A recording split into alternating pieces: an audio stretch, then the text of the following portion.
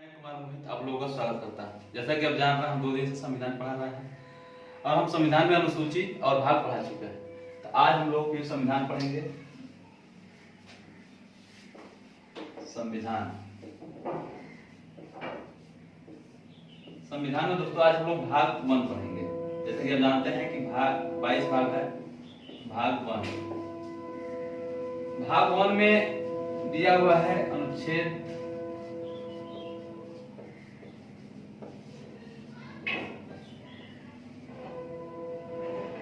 अनुच्छेद 1 से लेकर 4 तक। भाग 1 में अनुच्छेद 1 से लेकर 4 तक आज हम लोगों को पढ़ना है। तो देखिए शुरू करते हैं। अनुच्छेद 1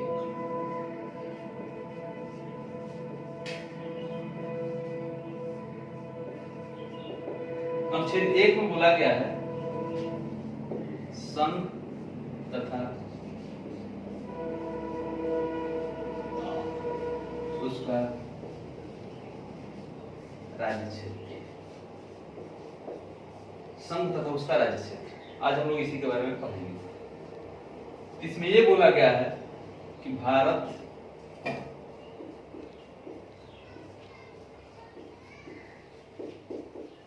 अर्थात इंडिया राज्यों का संघ होगा। भारत अर्थात इंडिया राज्यों का संघ होगा, ये इसमें यही बोला गया है। यूनियन दोस्तों लिया गया है कनाडा से। यूनियन शब्द जो है ये कनाडा से लिया गया है। यूनियन मतलब तो संघ हो गया और यह आता है वर्ड फेडरेशन।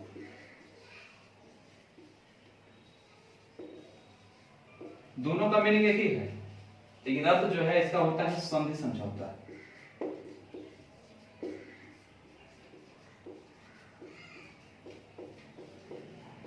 संधि समझौता जो ये भारत में नहीं लागू होता है।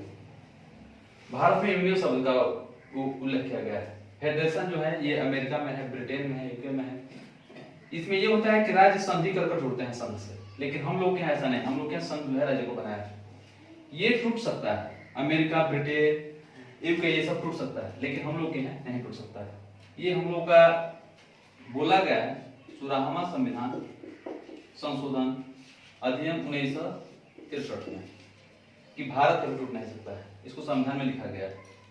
सुप्रीम कोर्ट भी, जैसे कि आप जानते हैं, प्रस्तावना में अखंडता शब्द का उल्लेख किया गया है। अखंडता शब्द को सुप्रीम कोर्ट मूल ढांचा बोला है।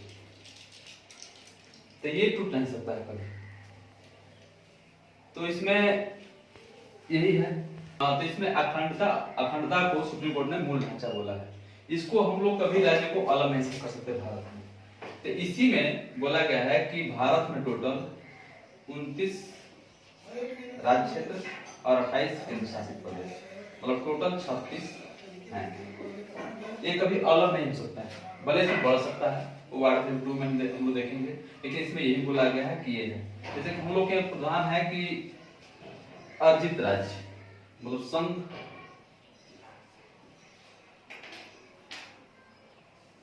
राज्य क्षेत्र,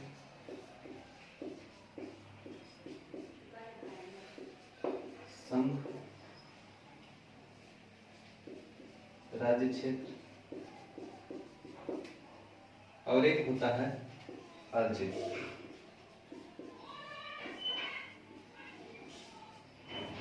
अर्जित राज्य का मतलब होता है कि हम किसी को अर्ज किए हैं, कोई आपका कोई राज्य हम लोग से मिलना चाह रहा है, उसको हम लोग अर्जित बोलते हैं। तो हम लोग यहाँ 29 राज्य है, 8 केंद्र शासित प्रदेश है, और अर्जित में कुछ नहीं है। तो ये हम लोग का हुआ है। आप देखिए, तब हम लोग का ये अनुच्छेद 1 हुआ। अब आते हैं अनुच्छेद 2 पे।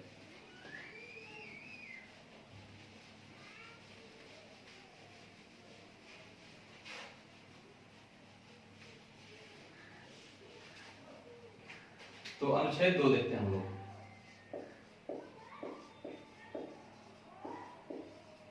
अनुच्छेद 2 में दोस्तों नए राज्यों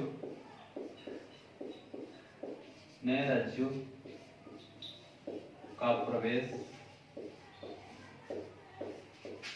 तथा स्थापना का उल्लेख किया गया है। नए राज्यों का प्रवेश तथा स्थापना को उल्लेख किया गया है। नए राज्य का मतलब कि कोई विदेशी राज्य आकर हमसे मिले, उसका उल्लेख है।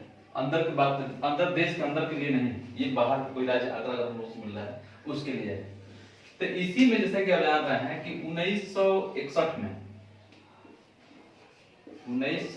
में गोवा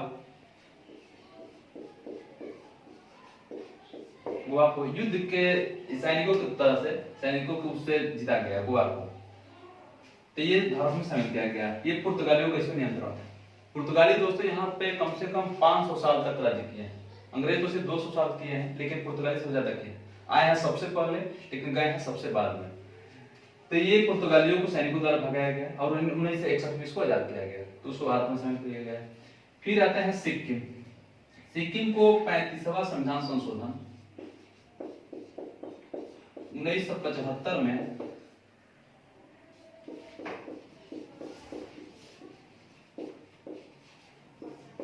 सिक्किम को 1975 में उसको शामिल किया गया। तो वहां पे दोस्तों समझौता हुआ। समझौता के मतलब इंदिरा गांधी का सरकार, तो वहां के राजा नरेश थे, तुमसे जाकर कहें कि आप हमें मिल जाइए, तो वो कहे कि हम मिलेंगे नहीं, हम आपको आंशिक रूप से आपके साथ जुड़े रहेंगे।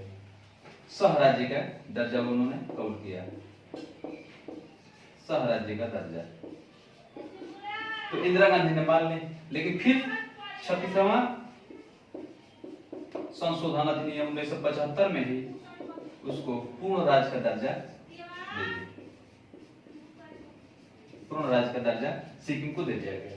तो दोस्तों ये गोवा को जीता गया सैनिक के द्वारा, सिक्किम को समझौता से, और हैदराबाद को भी सैनिक के द्वारा ही जीता गया, हैदराबाद को। तो भारत में सबसे अंतिम देशी रियासत जो है हैदराबाद शामिल हुआ। भारत में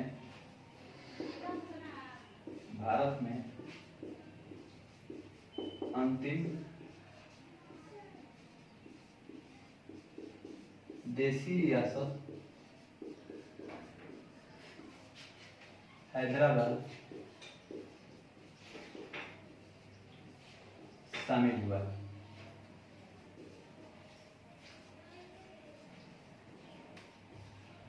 ये दोस्तों अनुच्छेद 2 हुआ। हाँ, तो देखिए ये हैदराबाद जो है ये 1961 में ही इसको भी आजाद किया गया। तो दोस्तों अनुच्छेद 2 में ये है कि कोई भी विदेशी राज्य को हम ले सकते हैं, लेकिन हम अपना नहीं ले सकते। भले हम युद्ध से लें, चाहे समझौता कर लें, चाहे जैसे भी लें, लेकिन अपना अगर कोई जगह देना है तो उसमें संसद को कम से कम 2/3 बहुमत से लोकसभा में और 2/3 बहुमत से राज्यसभा में बिल पारित करना पड़ेगा, तब जाकर हम अब किसी को अपना जगह देंगे। ऐसे नहीं है कि कोई भी सांसद चाहे, कोई भी चाहे आदमी तो किसी को दे सकता है। पहले इतना काम करना पड़ेगा कि 2/3 बहुमत से लोकसभा में और 2/3 बहुमत से राज्यसभा में अगर बिल पारित हो रहा है, तब जाकर हम किसी को अपना जमीन दे सकते हैं, चाहे राज्य दे सकते हैं। तो ये इतना आसान नहीं है कि कोई किसी को दे देगा। तो इसलिए ये अनुच्छेद 2 हुआ। आइए तब इसको अब अनुच्छेद 3 देखते हैं हम लोग।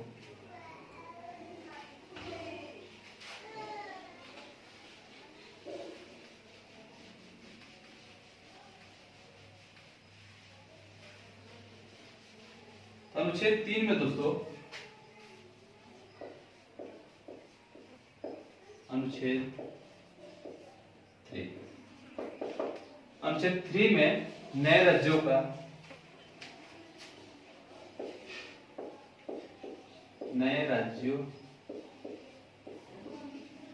का निर्माण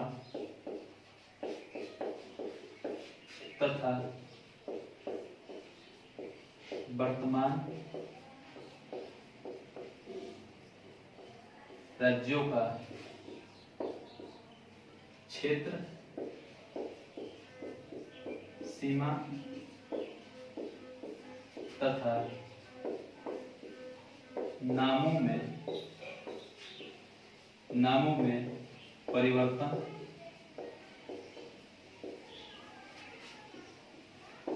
करने का अधिकार संसद को प्राप्त है। संसद को प्राप्त है। तो ये अनुच्छेद 3 हो गया दोस्तों।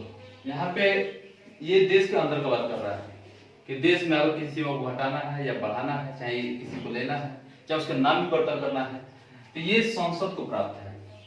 इसमें संसद कुछ कर सकता है, ऐसे कोई नहीं कर सकता है। अगर विधायक चाहे, सीएम चाहे तो नहीं कर सकते हैं, संसद चाहेंगे तो कर सकते हैं।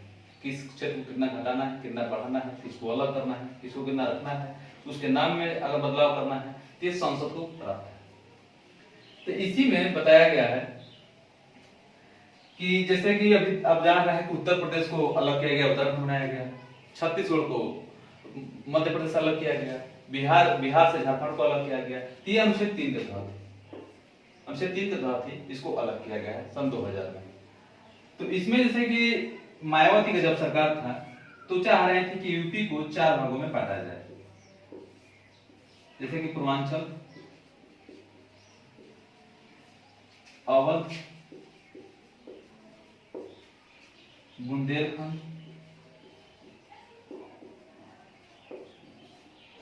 और पश्चिमी उत्तर प्रदेश, ये 4 भागों में बांटना चाह रहे थे। लेकिन दोस्तों ये मनमोहन सिंह का सरकार था, तो उनसे कहीं उनके संसद से तो वो डायरेक्ट मना कर दिए कि नहीं, यूपी को अभी बांटने की जरूरत नहीं। तो ये सिर्फ संसद को अधिकार मिला है हमारे देश में कि किसी भी क्षेत्र को, जैसे कि कोई भी मान ले कि स्टेट है, इसमें कितना घटाना है, कितना बढ़ाना है, ये संसद को प्राप्त है।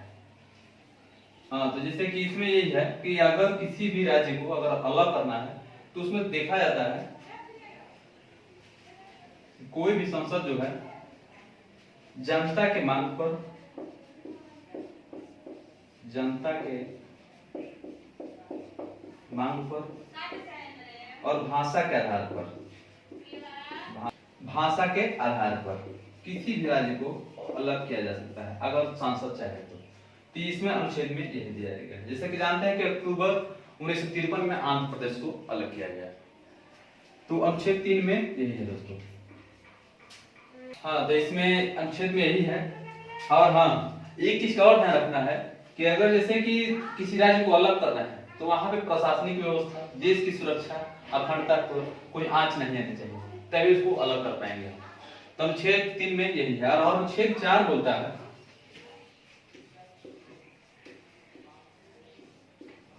अनुच्छेद 4 बोलता है कि अनुच्छेद 2 हमेशा बना रहेगा, ऐसा बना रहेगा। तो दोस्तों ये आज का हमारा क्लास इतना ही है। अगर अच्छा लगे तो जरूर बताइए, कमेंट कर, लाइक करिए, सब्सक्राइब करिए। नमस्कार।